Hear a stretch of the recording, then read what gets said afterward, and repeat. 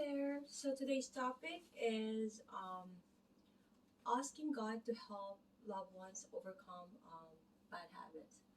Okay, and again, the book that I'm basing this from is a handbook of life. Um, and you can see here it says, with God, all things are possible. Okay, so I did a video about overcoming your bad habits, and the same manner that God doesn't want us to be in a spell. And also, God doesn't want our loved ones to be in a spell, in a sickness, because if they are, um, say, they are alcoholic or they're drug addict or they're in a spell of smoking and drinking or cursing or swearing um, or any bad habit, sexual habits or bad mannerism, bad behaviors, lying, constant lying, like lying that cause other people harm, um,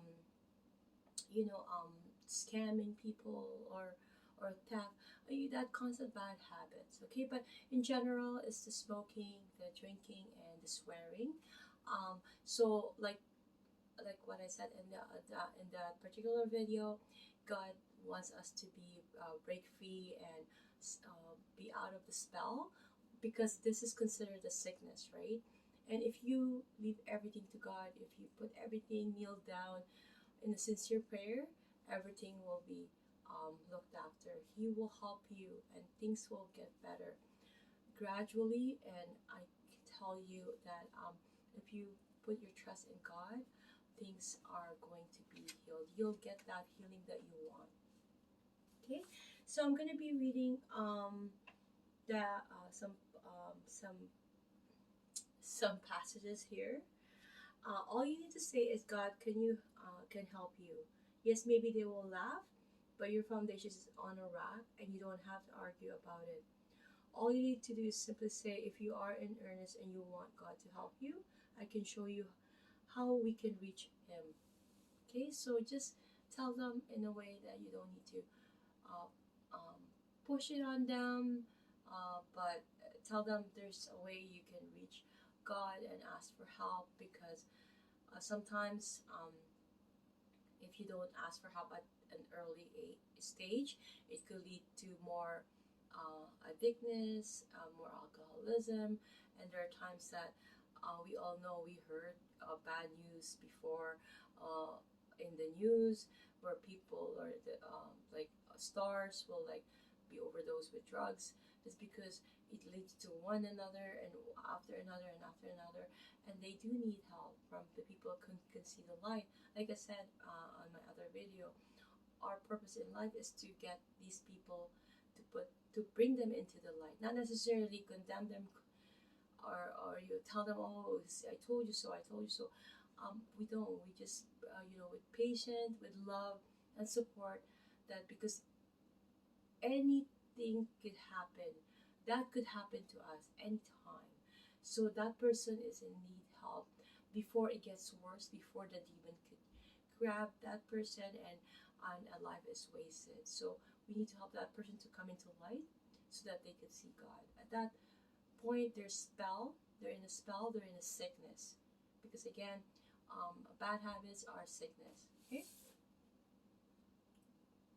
Okay, so after all that, apologizing and depending upon God, tell them that both of you can laugh at those who say that the way of light is the way of weakness. It is the way of strength. It takes no courage to have no faith, but it takes great courage to have faith. So although they may not say so, your loved ones will feel a lightened heart when they realize they do not have to fight against alcohol or nicotine or anger. For they have fought and they have lost time after time, and how lightened they will feel when they understand at last that all they need to do is place themselves in the hands of the Father, who will make them whole. Okay, for if there was one thing that Jesus taught, it was that we are to love one another. He didn't say we were to love good people, righteous people only.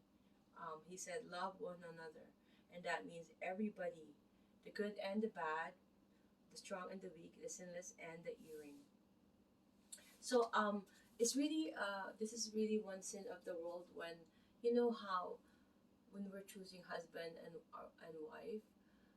Me, my only criteria will be you need to know God and you need to know um, the same understanding as me, right?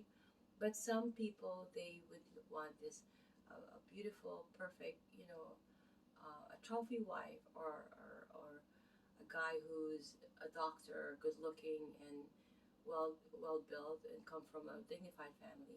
That's every woman's dream. So it's just but we can't. We really can't because we are supposed to whoever God give us, we're just gonna have to work with that and not complain and not be choosy and not aiming for a greener pasture or aiming for something we don't have. Meaning that we have to be content of what God has given us and work with that. Okay, not chasing for something we don't have.